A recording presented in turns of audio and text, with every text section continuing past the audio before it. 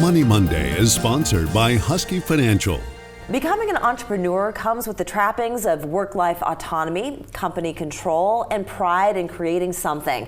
Well, it also comes with a lot of responsibility and having to think 10 steps ahead. Back with some great advice on how to navigate a few of those challenges is our Money Monday sponsor, Stephen Huskey, certified financial advisor and founder of Huskey Financial Group. Welcome back. Thanks for having me again. All right, so we're talking about entrepreneurs, and you advise a lot of entrepreneurs in your business.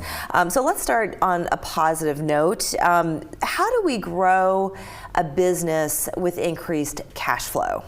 So if you're really trying to get more cash flow out of your business, the one thing you can do is cut expenses, right? So when you have more increased cash flow, when you have a big savings account set up, you want to have 3 to 6 months worth of business expenses set aside for emergencies, but anything above that, let's reinvest that back into the business. You can do that by getting more equipment for your business. You can create great retention strategies for your best people. There's a lot of different things that you can do with that increased cash flow to grow the business even further.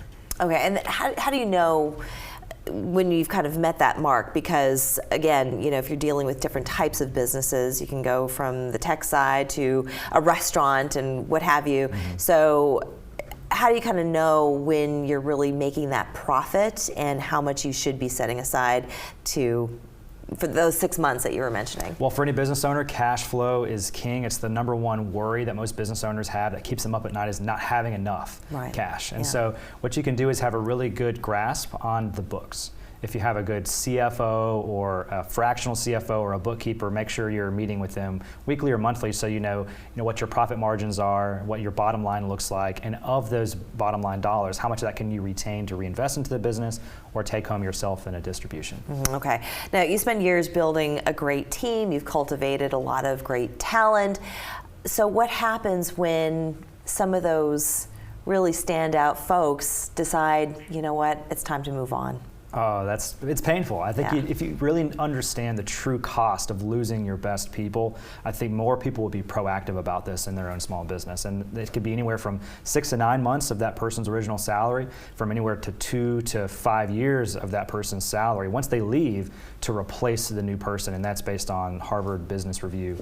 But it can be extremely costly to lose that people. Not only can you lose trade secrets of your business, you have to go through a different culture shock with new people coming in. Your employees don't really necessarily know your customers as well, so they have that time to catch up. And so there's a whole lot of distraction and interruption when someone leaves a business like that. Right, yeah, that is true. When you talk about trade secrets, I mean, of course, people, they learn things on the job, and when you've been there for 2, 3, 5 years, more than that, and you say, you know what, I could do this, I could even do it better myself, and then you kind of take all that knowledge. So what does that really do for the original entrepreneur who came up with that idea? I mean, they've got to be extremely proactive in making sure that they understand what's important to their employees. Are there any stressors at home? What is the family looking for, financially, and in terms of help with like maybe college education or paying off their mortgage? What are those emotional drivers that would keep them there? And any good retention plan needs to be completely deferred. Yeah. So if you're going to pay this out for this person and you want them to stay on for 7 to 10 years, that's typically the norm. Make sure they know that at the end of that 10 years, there's a promise to pay that benefit to them. Oh, okay. And to prepare as well for that, it's inevitable. Do you start looking for new talent at that point to supplement? Do you start expanding your business? Are you maybe looking to grow the team so in case that person comes off the payroll, that you've already got someone waiting in the wings? I think it's always important to have a contingency plan. I mean, you need to have a good culture. That's number one. One of the reasons why people leave businesses because of the culture or the pay. That's also important. But having someone waiting in the wings, or someone that this very important employee is training along the way as a successor. But it also depends on where the business owner is in their life cycle. Are they going to want to get out of this business in 5 to 10 years? Are they looking for a good exit?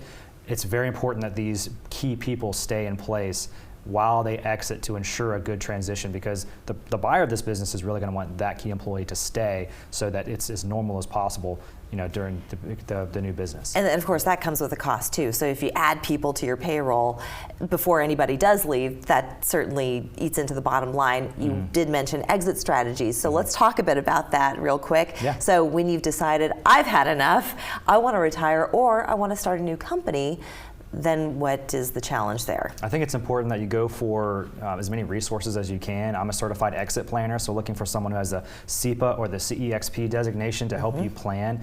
It's crucial that you get this done 3 to 5 years at a minimum prior to sale. People typically don't plan well for their exits, and so they leave a lot of money on the table and they pay a lot of money to the government when they sell, either to an insider or to a third party. But working with someone like myself and my team, we make sure that we help the business owner get the most bang for their buck, create the most retention strategies that work well for them, and keep a semblance of the same business when that new buyer buys it, because that's what's very attractive. They buy it for the cash flow. Yeah. So we got to generate that cash flow continuously. What about staying on as a board member or having some kind of a participation even though you're not technically employed? It's pretty common. I mean, some people, whenever they sell their business, they stay on in a consultant role for 3 to 5 years to make sure that the transition is smooth, but that's not always the case. So it really depends on what your buyout structure looks like. Okay. Well, thank you so much, Stephen. Always good to talk to you. Thanks so much. And for people who want more information, where do they find you? HuskyFinancial.com, and you can find me also on the Certified Exit Planner database. Fantastic. He's also a great dresser, everyone. We'll be right back.